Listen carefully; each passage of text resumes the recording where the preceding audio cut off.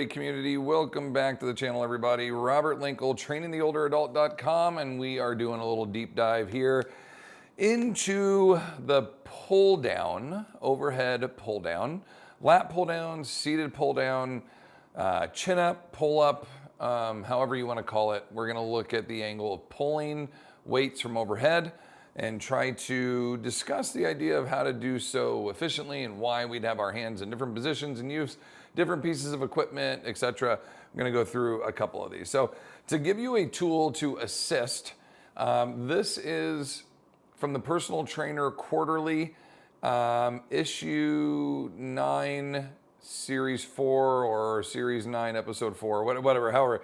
I put the link in the description so you can pop on there. It's a free download, so feel free to access that.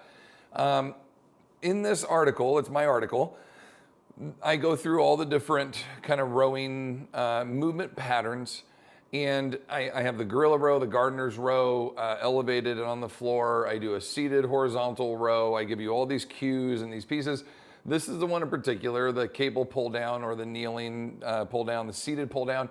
And then I go into pullovers, and I also go into pullovers on a bench, where to start, where you don't want to start, and then if you're going to do pullovers with a dumbbell versus a kettlebell versus the floor versus the bench, etc. Kind of go through a little bit of all of them, right?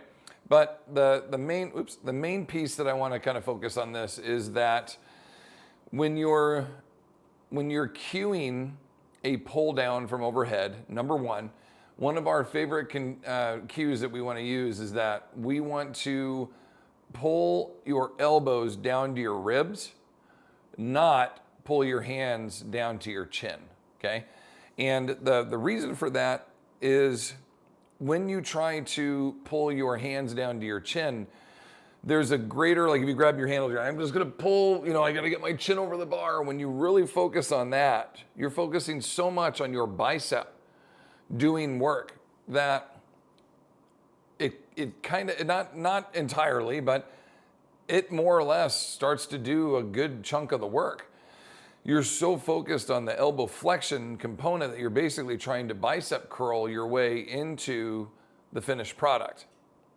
And in this case, what we really need to emphasize is that the hands are going to grip onto whatever handle you're using, but beyond that, if you really focus on pulling your elbows down to your ribs, you're going to encourage your huge latissimus dorsi muscle, your serratus, your rhomboids, your posterior delt, and even the long head of your tricep a little bit is going to help. Like there's a lot of your pec, there's your bicep, there's a lot of musculature that's going to kick in to really help you with I would say the top 90, 120 degrees.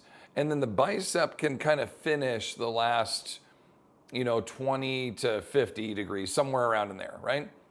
The lat and the rhomboids and the serratus, all those musculatures, your pecs, they're all going to work, the majority of this, as long as you're working a big full range of motion. But it's how do you engage it? How do you initiate that start to finish engagement where you're pulling down, not necessarily trying to just get your hands to your chin, okay? So that cue, I have a bunch of grapes in my armpit, and I'm gonna squish them right when I pull down. Another one I use is I used to play this game where it was typically my dad or my brother.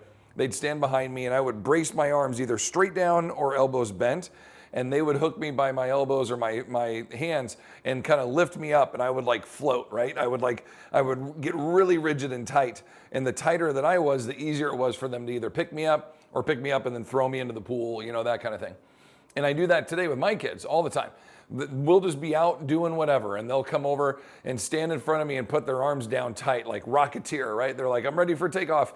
And I'll grab their fist, one in each hand, and I'll pick them up, right? And they kind of balance via their arms. That intraction, that intracting ability of holding the arms in tight, that core tight, that's kind of the idea. That's what we're looking for, is that downward squeeze, because now you're using all your musculature around your shoulders and your rib cage and your chest and your pecs and your back and your lat and all this stuff is all on to help you engage into that position. As opposed to pull my hands to my chin, pull my hands to my chin. You're basically just going to arm it. And if you have really great arm strength, you'll probably be successful. But in the long run, are we really going to get what we want out of this? Probably not, right? The whole idea is to get this big long stretch of my lats and to train my middle and upper back and try to increase my range of motion going overhead.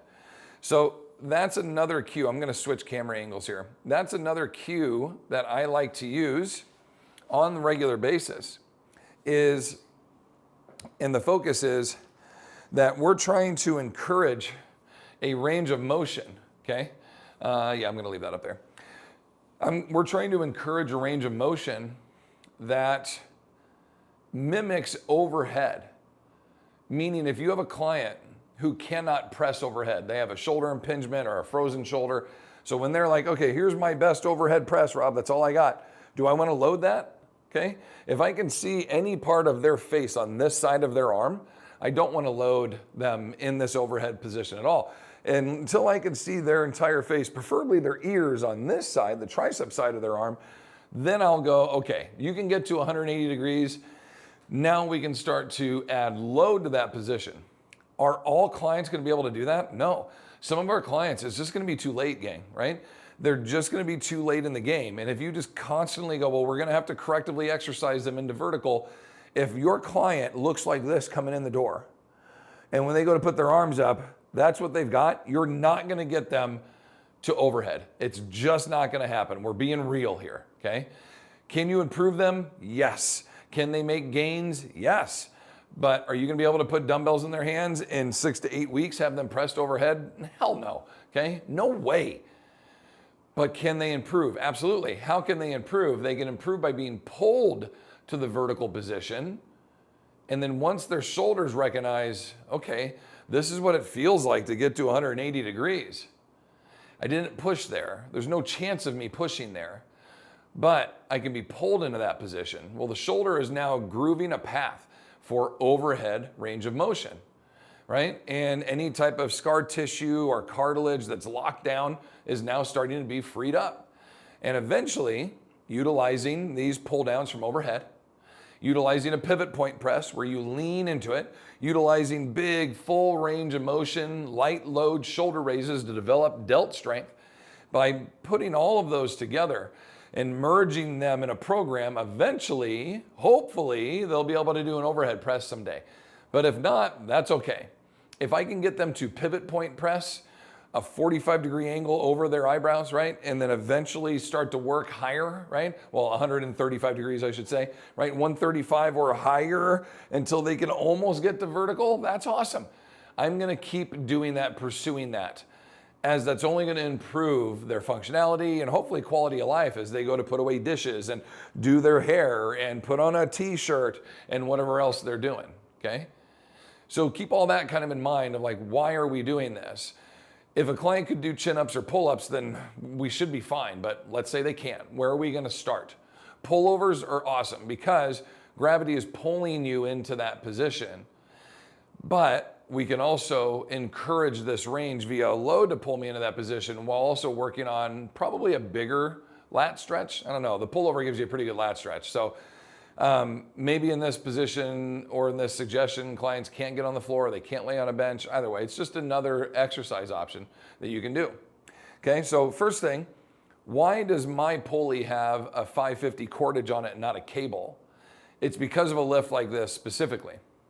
If I had the cable on here, which is 10 foot long, my handles would be all the way down here, okay? So I'd have to be out of frame so far back there to hinge and lean into this to try to get the angle that I want. Cable is too long.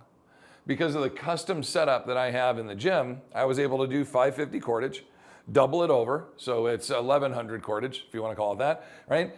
Got a lot of poundage here to support. I can hook it to a kettlebell and get into a position where when I grab the handles and I just simply sit back and try to put my butt onto my heels, the weight already comes off the floor, right?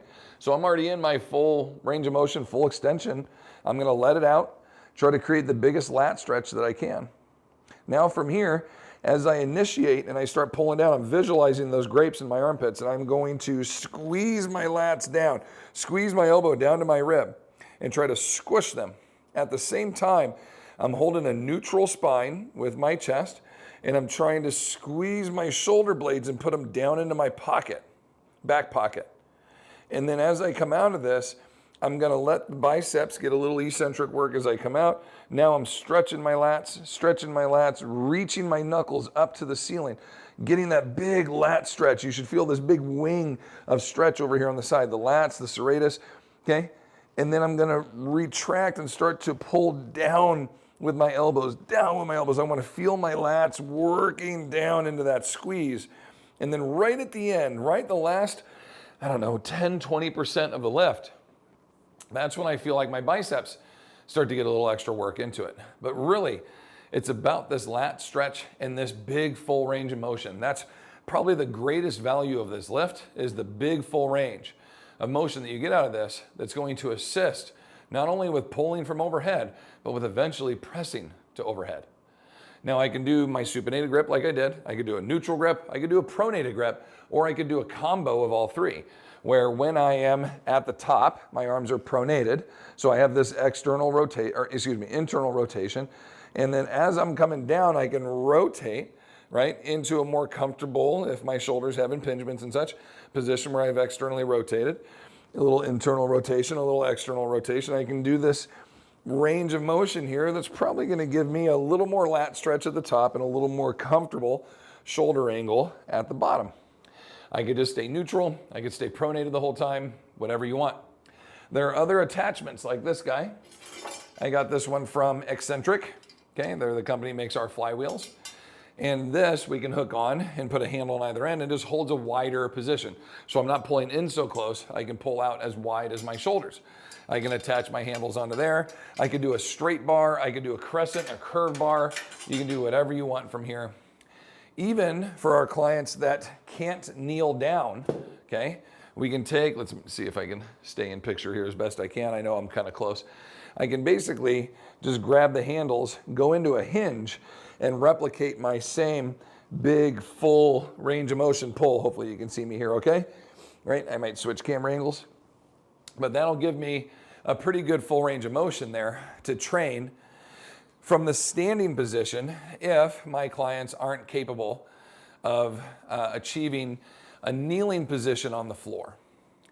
So not only are we addressing the range of motion, the angle of pull with our hands, the biggest stretch that we can get, ultimately helping us achieve an overhead press, we're training the back side of the body, the posterior chain of the body, which is responsible for really helping us keep our posture upright.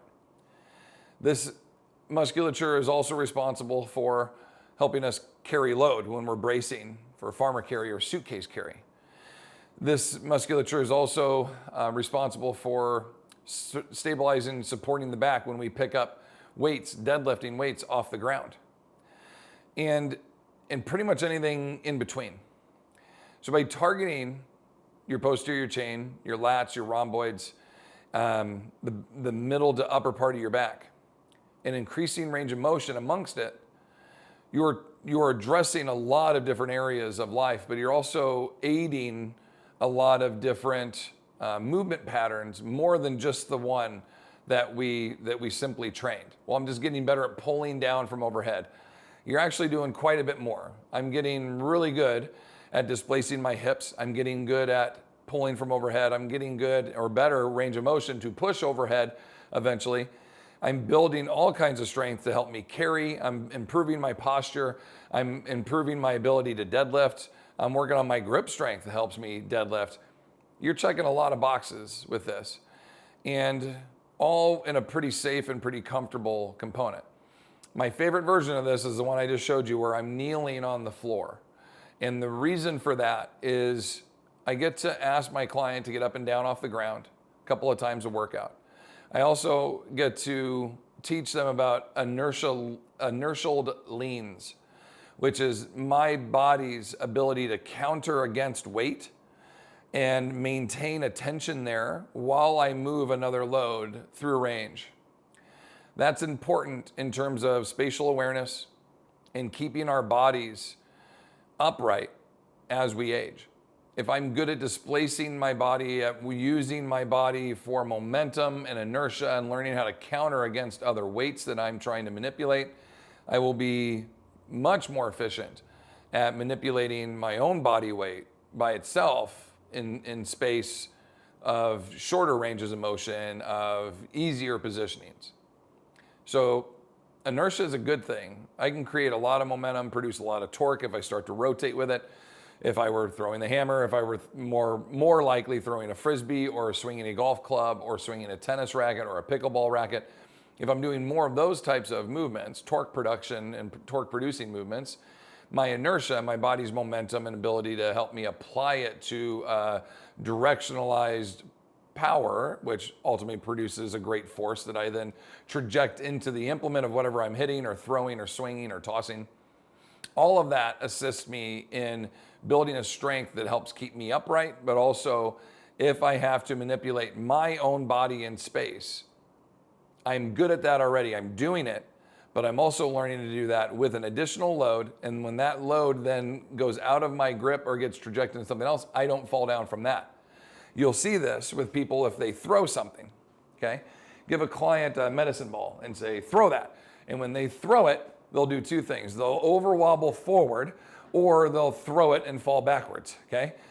And so they're learning how to use their inertia and their force, and eventually they'll get a little goofy, and then eventually it gets to the point where they go, okay, I just traject it into that implement. Everything goes there, but I know how to balance my body now.